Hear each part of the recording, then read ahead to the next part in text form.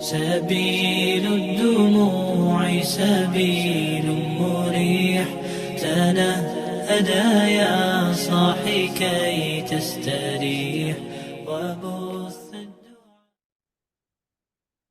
اعوذ باللہ من الشیطان الرجیم بسم اللہ الرحمن الرحیم رب اشرح لی صدری ویسر لی امری واحلل عقدۃ من لسانی یفقهوا قولی۔ السلام علیکم ورحمۃ اللہ وبرکاتہ۔ امید ہے آپ سب خیریت سے ہوں گے۔ آج ہم بات کریں گے پریشانی اور غم پر قابو پانے کے 3 طریقے۔ اس ویڈیو میں ہم ڈسکس کریں گے کہ سورہ نمبر 93 کا کانٹیکسٹ کیا تھا، اللہ تعالیٰ نے کیسے حضرت محمد صلی اللہ علیہ وآلہ وسلم کی ہیلپ کی، اور غم اور پریشانی پر قابو پانے کے 3 طریقے۔ آخر میں پچھلی ویڈیو کے کوئز کا جواب ہے اور اس ویڈیو کا ایک نیا کوئز ہے، پلیز پارٹیسپیٹ کریں۔ تو سٹارٹ کرتے ہیں۔ سب سے پہلے ہم ڈسکس کریں گے کہ سورہ نمبر 93 سورہ الضحیٰ کا کانٹیکسٹ کیا تھا۔ تو وہی کا سلسلہ کچھ عرصے سے نہیں ہو رہا تھا، جس کی وجہ سے کفار مکہ طرح طرح کی باتیں کرنا شروع ہو گئے تھے، جس طرح کہ نعوذ باللہ کہ اللہ تعالیٰ ناراض ہیں، جس کی وجہ سے وہی نہیں آ رہی۔ تو اس طرح کی باتوں کی وجہ سے حضرت محمد صلی اللہ علیہ وآلہ وسلم کافی پریشان تھے۔ تو اللہ تعالیٰ نے حضرت محمد صلی اللہ علیہ وآلہ وسلم کو یہ سورہ عطا کی، جو کہ سورہ الضحیٰ چیپٹر 93۔ اور اس سورہ کا مقصد یہ تھا کہ ایک تو حضرت محمد صلی اللہ علیہ وآلہ وسلم کی ہیلپ کی جائے، اور اس کا ایک اور مقصد یہ تھا کہ جو طرح طرح کی باتیں کفار مکہ کر رہے تھے، اس کا اللہ تعالیٰ نے جواب دیا ہے اس سورہ میں۔ تو یہ چیپٹر 93 ورس نمبر 1 میں لکھا ہے والضحیٰ، یعنی کہ صبح کی قسم، اور ورس نمبر 2 میں لکھا ہے واللیل اذا سجا، یعنی رات کی قسم۔ دن اور رات کا ادھر مینشن جو کیا ہے، اس کی وجہ یہ ہے کہ دن کا مطلب ہے کہ وہ وقت جب وحی آتی ہے، اور رات کا مطلب یہ ہے کہ ایسا وقت جب وحی نہیں آتی۔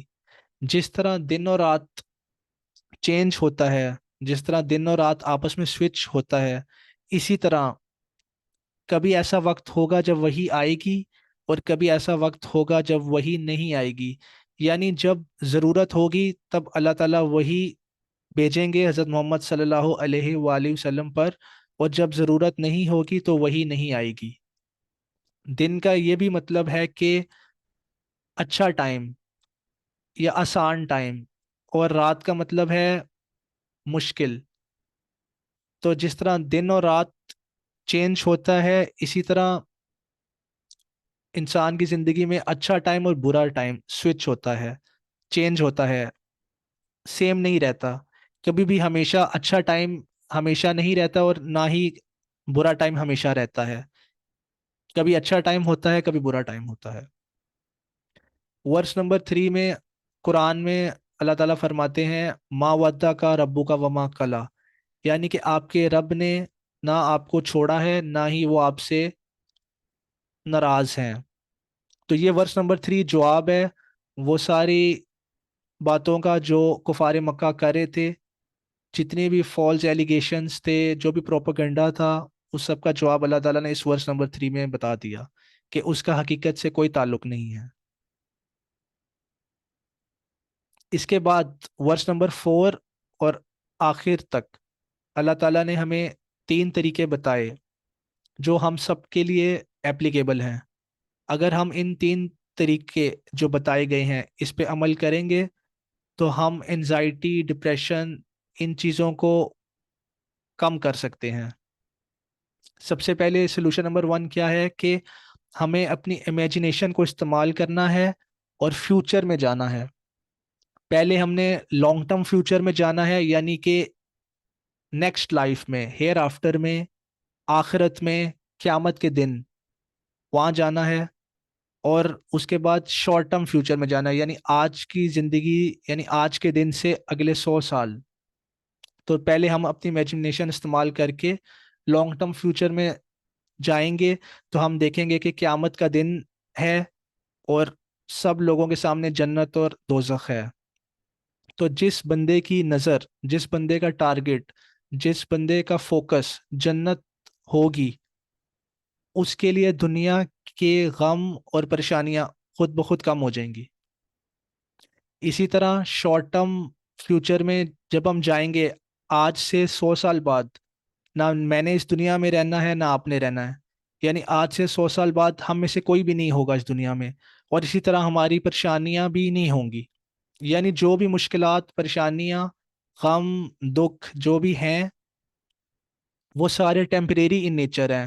ان میں سے کوئی بھی چیز پرماننٹ نہیں ہے. یعنی یہ جتنے بھی مشکلات ہیں یہ سب ختم ہو جائیں گی سونر اور لیٹر. ان کا اینڈ ہو جائے گا.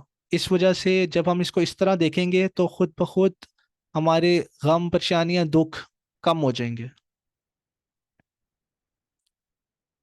اب حضرت محمد صلی اللہ علیہ وآلہ وسلم کی لائف میں کے بارے میں اللہ تعالیٰ نے پھر فرمایا، آیت نمبر 4 اور 5.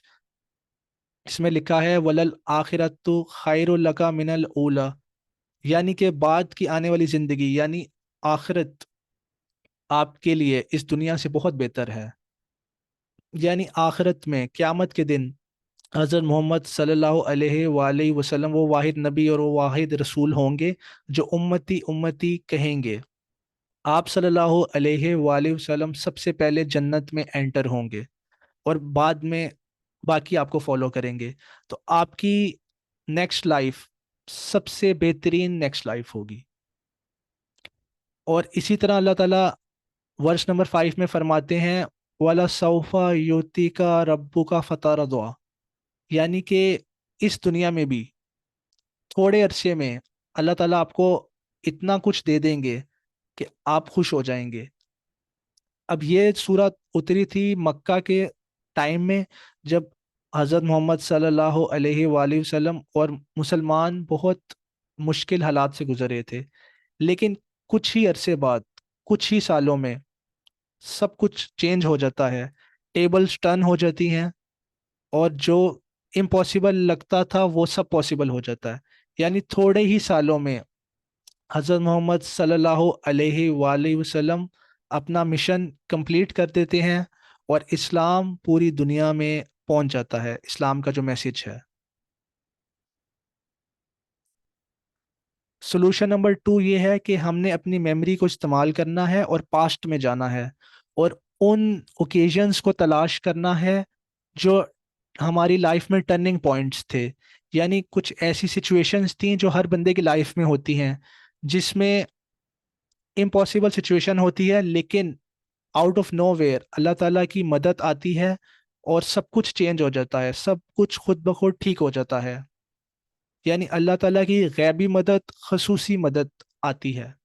اور ہر بندے کی زندگی میں ایسے بہت سے سچویشنز ہوتی ہیں، تو ہم نے ان سچویشنز کو، ان اوکیزنز کو یاد کرنا ہے کہ جس طرح اللہ تعالیٰ نے ہمیں 1 2 3 4 5 انہوں سچویشنز میں ہماری مدد کی، وہیں خدا آج بھی پریزنٹ میں جب ہم ایک مشکل ٹائم سے گزر رہے ہیں، وہیں خدا ہماری آج بھی مدد کرے گا انشاءاللہ. اور حضرت محمد صلی اللہ علیہ وآلہ وسلم کی لائف میں اللہ تعالیٰ نے 3 ٹرننگ پوائنٹس کا ذکر کیا ہے. ویسے تو بہت سارے ٹرننگ پوائنٹس ہیں لیکن اس سورہ میں 3 کا مینشن ہے. آیت نمبر 6 میں اللہ تعالیٰ فرماتے ہیں علم یجد کا یتیمن فآوا، یعنی اللہ تعالیٰ نے آپ کو یتیم پایا لیکن آپ کا انتظام کیا. یعنی حضرت محمد صلی اللہ علیہ وآلہ وسلم یتیم پیدا ہوئے تھے. آپ صلی اللہ علیہ وآلہ وسلم نے اپنے والد کو کبھی نہیں دیکھا. آپ کے والد کی وفات ہو گئی تھی، اس کے بعد آپ صلی اللہ علیہ وآلہ وسلم اس دنیا میں انٹر ہوئے تھے. لیکن اللہ تعالیٰ نے آپ کو چچا ابو طالب، ایسے چچا دیے جنہوں نے آپ کو والد کی کبھی کمی ہونے نہیں دی. تو یہ اللہ کی خصوصی مدد ہے، اللہ کی نعمت ہے، مہربانی ہے. ورس نمبر 7 میں اللہ تعالیٰ فرماتے ہیں وَوَجَدَكَ ضَالًا فَہَدَىٰ، یعنی اللہ تعالیٰ نے آپ کو بے خبر پایا اور باخبر کر دیا. یعنی اللہ تعالیٰ نے آپ کو قرآن عطا کیا، اللہ تعالیٰ نے آپ کو نبوت عطا کی، اللہ تعالیٰ نے آپ کو آخری نبی چنا، اور آپ صلی اللہ علیہ وآلہ وسلم کو قرآن عطا کیا. تو یہ ایک بہت امپورٹنٹ ٹرننگ پوائنٹ ہے حضرت محمد صلی اللہ علیہ وآلہ وسلم کی لائف میں. ورس نمبر 8 میں اللہ تعالیٰ فرماتے ہیں وَوَجَدَكَ عَائِلًا فَأَغْنَىٰ. اس کے کئی مطلب ہو سکتے ہیں. ایک مطلب یہ ہے کہ حضرت محمد صلی اللہ علیہ وآلہ وسلم کی فائنینشیل سچویشن اتنی اچھی نہیں تھی، لیکن آپ صلی اللہ علیہ وآلہ وسلم کی حضرت ختیجہ رضی اللہ عنہا سے شادی ہوئی، اور اس کے بعد آپ کی فائنینشیل سچویشن بھی بہت بہتر ہو گئی. یعنی ورس نمبر 6 میں آپ کی فزیکل سچویشن یا شیلٹر آپ کو ملا، ورس نمبر 7 میں آپ کو اسپرچول گائیڈنس ملی، اور ورس نمبر 8 میں آپ کو فائنینشیل انڈیپینڈنس مل گئی. تو یہ تینوں ٹرننگ پوائنٹس ہیں حضرت محمد صلی اللہ علیہ وآلہ وسلم کی زندگی سے.